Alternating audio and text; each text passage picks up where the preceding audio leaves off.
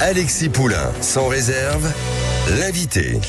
Et notre invité, c'est Fabien Villedieu, délégué syndical de Sudrail. Bonjour, merci d'être avec nous.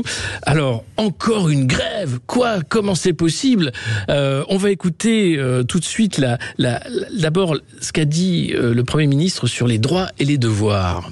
Moi, je vais vous dire, je pense que les Français sont très attachés à notre Constitution et au droit de grève, qui est constitutionnel. Ils savent que la grève, c'est un droit. Mais je crois qu'ils savent aussi que travailler, c'est un devoir. Alors, la grève, c'est un droit, oui, et travailler, un devoir. Vous êtes d'accord avec ce que dit Gabriel Attal? Je remarque, on dit toujours la grève, c'est un droit, mais j'attends toujours le mais. Et plus les gens disent la grève c'est un droit, et puis ils insistent sur le mais, parce que ce qui est important c'est le mais c'est un droit, mais en fait il faudrait pas le faire. C'est comme si je disais la liberté de la presse c'est un droit, mais ça serait bien que quand même de temps en temps vous faisiez pas tel ou tel article, ou le droit de vote c'est un droit, mais ça serait bien de temps en temps les gens ils aillent pas voter. Voilà, un droit c'est un droit. Voilà, il n'y a pas de question. Par contre pour la petite je trouve que quand même, je respecte le Premier ministre, hein, évidemment, mais c'est quand même un Premier ministre qui a 34 ans, devoir travailler en s'adressant à des contrôleurs qui, pour la plupart, font 30 ou 40 ans d'horaires décalés dans leur vie, leur expliquer qu'ils ont le devoir d'aller travailler. Et à un moment donné, il y a aussi un devoir d'humilité. Voilà, on peut penser ce qu'on veut des contrôleurs. En tout cas, je pense qu'il n'y a pas grand monde qui envie leur vie. Voilà, vu les difficultés qu'on a de recruter, notamment chez les contrôleurs, c'est que ça ne se bouscule pas vraiment au portillon. Donc il y a aussi un devoir un peu de pas forcément stigmatiser et de jeter de l'huile sur le feu. Justement, sur le droit de grève, immédiatement sont montés au créneau quelques élus, sénateurs centristes, mais aussi les Républicains, qui voudraient attaquer le droit de grève, encore une fois, en disant c'est un droit, très bien, mais alors ce serait un droit qui serait plus un droit pendant 60 jours environ par an, pour sanctuariser les vacances. Oui, on a toujours, donc c'est un droit le mais, voilà, et dans c'est un droit mais, alors du coup c'est marrant parce qu'il s'inspire de ce qui s'est passé en Italie, voilà, où effectivement en Italie on a corseté, on a le droit de grève. Et du coup, j'ai été voir un peu qu'est-ce qui se passe, le monde merveilleux de l'Italie. Et parce que j'ai faiblesse de croire que le droit de grève et les droits sociaux, ça va souvent ensemble. En vrai, plus on fait grève, et plus finalement, on arrive à avoir des droits sociaux. Et en Italie, on a évidemment, effectivement, réduit le droit de grève. Et en Italie, on a tellement réduit le droit de grève que les droits sociaux, ils arrivent à partir à la retraite aux 67 ans. Voilà. Ils ont le temps de travail, c'est pas 35 heures, mais c'est 40 heures. Et il y a tellement de droits sociaux en Italie que le SMIC, ça n'existe pas. Voilà. Donc, il faut avoir conscience que derrière toutes les bonnes intentions pour que les gens puissent prendre le train, il y en a quand même qui voudraient tout simplement restreindre le droit de grève, pas l'interdire parce que ça se dit pas, mais restreindre le droit de grève, en tout cas l'interdire sur 60 jours, parce qu'ils ont quand même la volonté aussi de restreindre un certain nombre de droits sociaux que, heureusement, en France, on a d'ailleurs de façon bien meilleure que dans beaucoup de pays européens qui font pour le coup moins grève que chez nous. Alors, quelles sont les revendications actuelles, en fait? Pourquoi cette nouvelle grève des contrôleurs? Il y avait déjà eu une grève, je crois, en 2022, c'est ça, autour des vacances de Noël. Pourquoi, 2 ans après, 1 an après, de nouveau cette grève? En partie parce que justement sur cette grève qui avait été compliquée, où il y avait eu finalement un protocole d'accord qui avait été signé un peu à la dernière minute, un peu dans la douleur, le protocole du 22 décembre, 2022, 2 jours avant Noël.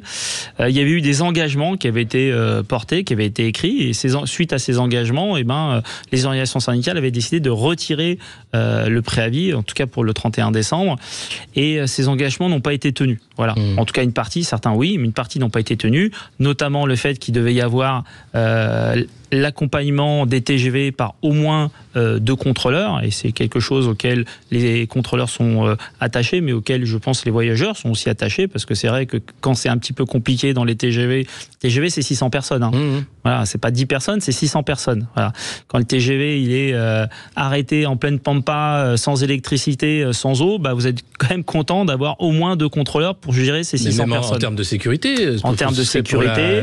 Sécurité au travail, quand on sait les risques risque d'attentat, etc. Voilà. Un seul contrôleur, c'est quand même peu pour un train de 600 personnes. Voilà, donc du coup, c'était une des revendications, un des engagements qui devait être mis en place, qui n'a pas été mis en place. Il y avait eu un deuxième engagement, c'était une reconnaissance de la pénibilité du métier du métier de contrôleur, avec la mise en place d'une cessation progressive d'activité. Et la troisième revendication, c'était une revalorisation de la prime de travail, enfin une augmentation du pouvoir d'achat, parce que les contrôleurs, comme les Français, comme les salariés, sont aussi confrontés à une augmentation de l'inflation de dingue. Ouais, et ça, c'est des engagements qui n'ont pas été pris finalement ou... C'est des engagements qui ont été pris, mais qui n'ont pas été tenus. Voilà. Et c'est pour ça qu'aujourd'hui, il y a une colère assez profonde, parce qu'on a à peu près... Donc, vous êtes en train de nous dire qu'ils vous ont baladé pendant 1 an? Voilà, ils nous ont... Alors, une partie des engagements ont été tenus. Faut rendre à César ce qui est à César, une partie des engagements qui ont été tenus, mais notamment sur ces 3 points, ils n'ont pas été tenus. Et ça, du coup, vu que ça fait quand même plus d'1 an que ça devait être mis en place et que ça n'est toujours pas fait, ça a créé beaucoup de frustration, beaucoup de colère, et qu'à un moment donné, il y a un collectif qui existe aujourd'hui, le collectif national des ASCT, des contrôleurs, en vrai, pour parler en langage que les Français comprennent, est venu nous voir en nous disant, voilà, nous, on a eu un accord avec des engagements, il n'a pas été respecté, qu'est-ce que vous faites, vous, les organisations syndicales? Donc, on a fait une alarme sociale au mois de novembre, donc...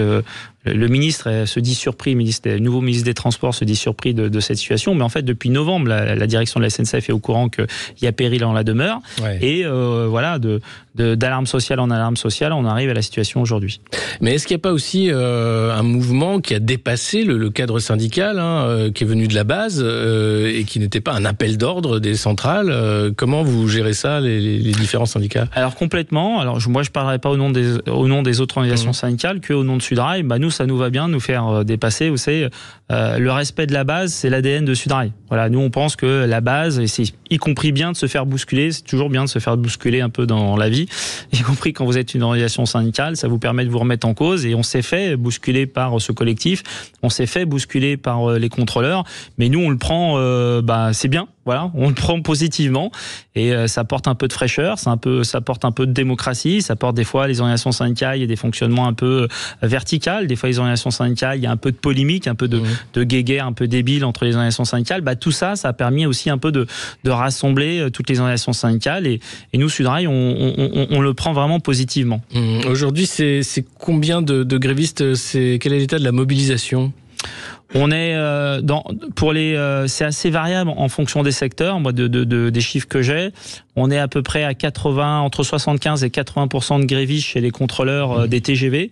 Et on est entre 50 et un peu plus de 50% chez les contrôleurs ATER.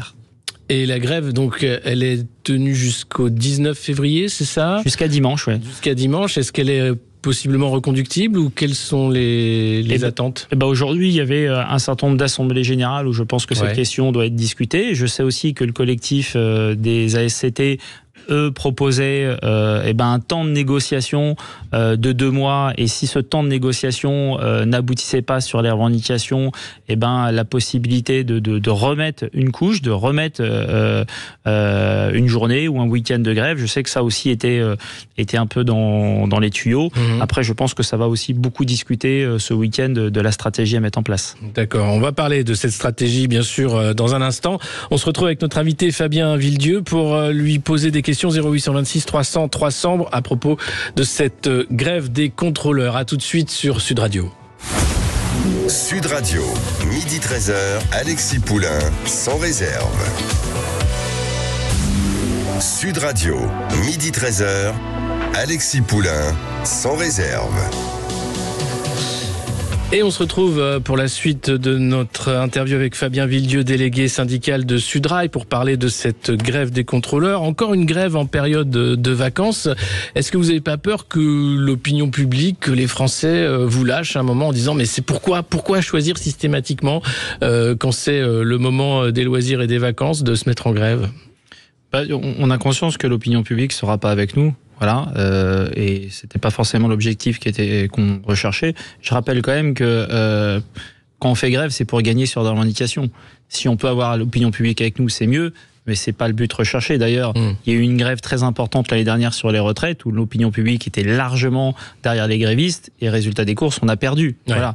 Donc nous, le but, c'est évidemment de gagner sur revendication, et pour ça, si vous faites grève un mercredi entre minuit et 4 heures du matin, vous pouvez faire grève pendant 20 ans, tout le monde s'en fout. Voilà. Donc on recherche quand même une certaine forme d'efficacité pour gagner sur les grèves. Par contre, si je viens ici sur les plateaux discuter, c'est parce que voilà, sans essayer de convaincre, en tout cas essayer d'expliquer, et parce que je pense que l'opinion publique c'est aussi important. Oui, parce que la grève c'est un droit et c'est important de le rappeler dans le climat actuel. Alors on a Christophe de l'Aude qui est avec nous et qui souhaitait réagir et vous poser une question. Bonjour Christophe. Bonjour. Bonjour. Oui, voilà. Alors moi, j'entends les revendications de ce syndicat ou du représentant du syndicat. Moi, je voudrais poser une question toute simple. Combien touche un contrôleur en début de carrière? Combien il touche en milieu de carrière et en fin de carrière?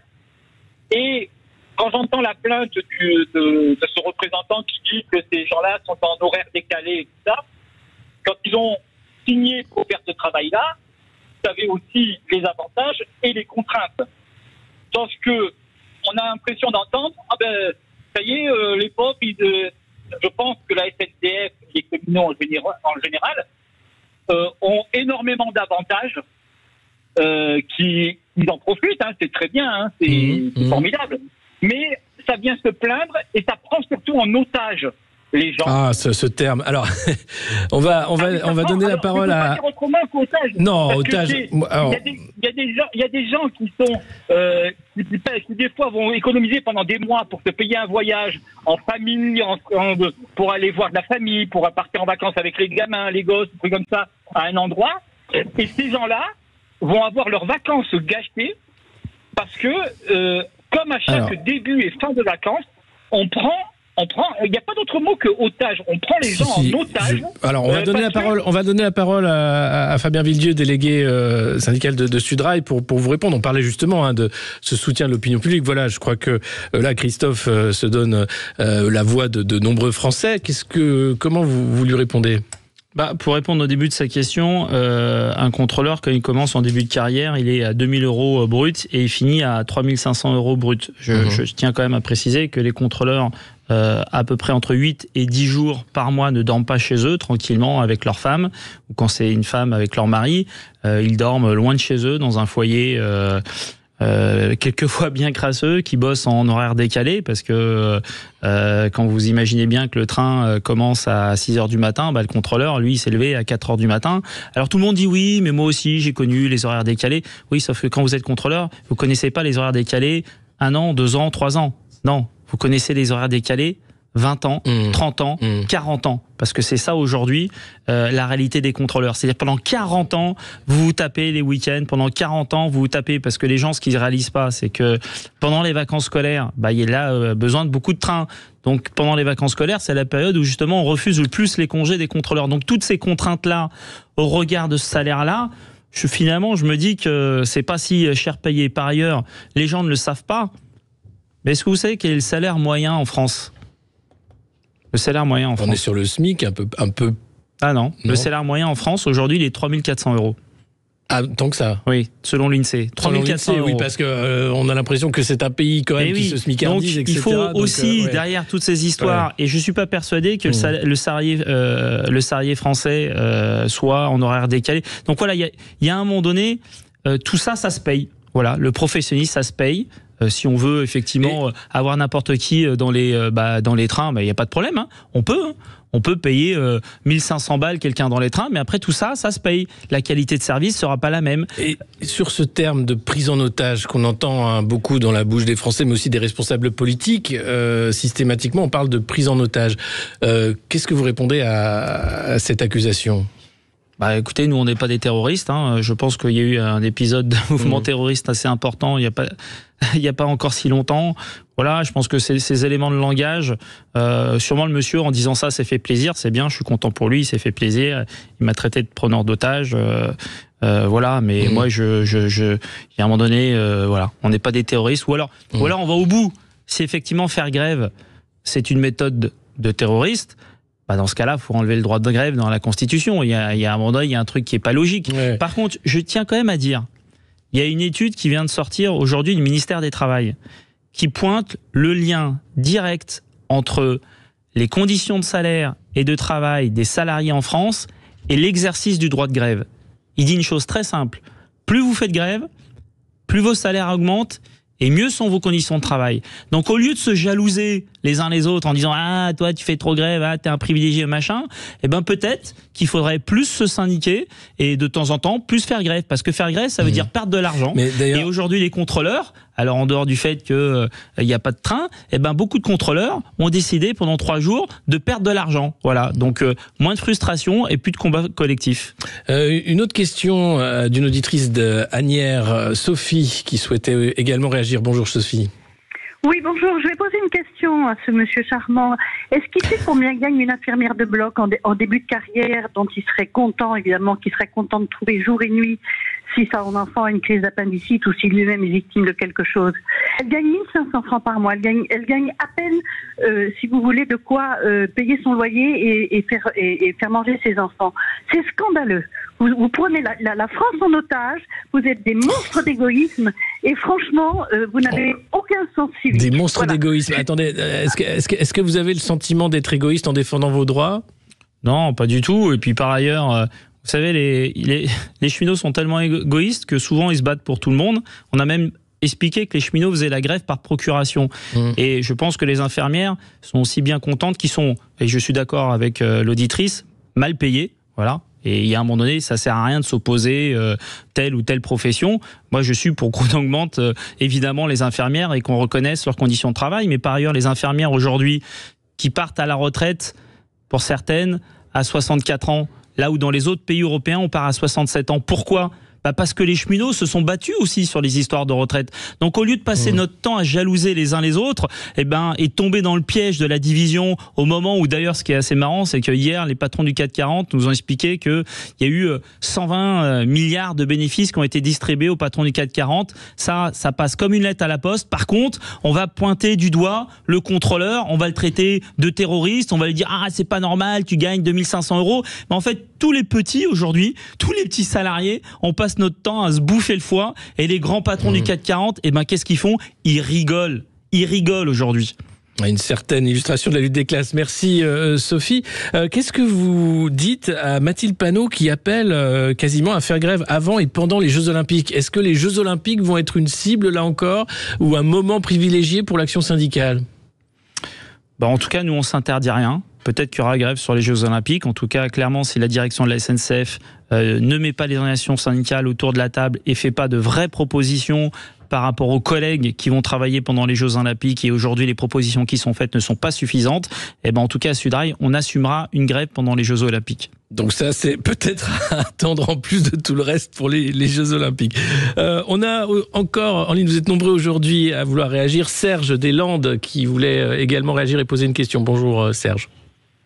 Oui, bonjour à vous deux. Et je voulais juste répondre aux deux intervenants d'avant, avoir un petit peu de mémoire. Il y a 88 ans en arrière, existait le Front National. Et ces gens-là se sont battus pour des acquis sociaux, notamment les cheminots. Et moi, je les encourage à continuer à faire grève. J'encourage aussi pardon, je suis un petit peu énervé. Les gens devraient, les patrons des syndicats devraient se réunir pour faire tous grève en même temps et non pas une semaine les infirmiers, une semaine les agriculteurs et une semaine les cheminots. Oui, la question si on fait tous grève en même temps, je peux vous dire que le gouvernement en haut, il va commencer à s'inquiéter. Simplement, on vit dans un monde individualiste où le secteur industriel ne devient plus. Avant, moi j'ai connu le Somatar où il y avait des milliers d'ouvriers qui sortaient à 5 heures avec leur mobilette et leur vélo. Tout ce secteur industriel a été bouffé durant des décennies pour que le capitalisme puisse avoir pied sur rue ici en France et nous individualiser. Pourquoi? Parce que la technologie est arrivée. Je pense qu'on est bien content de les avoir, mais ça individualise la personne. Personne ne se remet en question. Alors, on va donner la parole à notre invité sur la coordination intersyndicale, où on en est aujourd'hui. C'est vrai qu'on a l'impression que chacun y va de sa grève. On a eu les professeurs il y a de ça quelques semaines. Maintenant, c'est de nouveau les cheminots, puis ce sera les soignants, avec toujours cette division. Pourquoi pas davantage de coordination ? Oui, c'est une bonne question et l'union fait la force. Après, en l'occurrence, là, ce sont les contrôleurs avec le collectif qui nous avaient demandé de faire un mouvement catégoriel que nous assumons aussi bien à Sudrail les mouvements catégoriels que les mouvements interprofessionnels. Donc là, voilà, la question ne s'est pas posée. Par contre, c'est sûr que la question pourra se poser demain, la nécessité à un moment donné de converger toutes les colères, parce que moi j'ai tendance à penser que au lieu de se jalouser les uns les autres, au lieu de se critiquer les uns les autres, on ferait mieux de se tenir les coudes et se rendre compte que finalement, si on veut régler ces problèmes de pouvoir d'achat, ces problèmes, c'est quand même dingue là. EDF vient d'annoncer 10 milliards de bénéfices et en même temps, ils vont augmenter les prix de l'électricité et nous on est là entre salariés qui essayent de se battre un petit peu à droite à gauche et en train de se bouffer le foie les uns les autres. Enfin c'est ridicule, c'est ridicule. Effectivement, à un moment donné, va falloir que les salariés, on se serre les coudes, on arrête la division, on arrête de jalouser. Ah toi t'as un petit privilège donc c'est toi le pourri. D'ailleurs, on nous a tellement fait passer les contrôleurs pour des privilégiés qu'on se demande si Mbappé il va pas finalement arrêter sa carrière de foot et pour devenir contrôleur SNCF. Mais ça en devient ridicule. Voilà. Donc à un moment donné, effectivement, il faudra peut-être se poser la question de partir tous ensemble. Merci beaucoup Fabien Villedieu d'avoir répondu à nos auditeurs et à nos questions au micro de Sud Radio à propos de cette grève qui continue. On apprend à l'instant la mort d'Alexandre Navalny, opposant de Vladimir Poutine, qui était en prison depuis plusieurs années, à 47 ans. Et tout de suite, c'est la culture dans tous ses états pour parler d'un autre résistant avec Céline Alonso et André Berkoff. Ils reçoivent Jean-Pierre Sakoun pour parler de Missak Manouchian, héros de la résistance française qui va entrer au Panthéon mardi prochain. Sud Radio. Sud Radio. Parlons vrai. Parlons vrai. Sud Radio. Parlons vrai.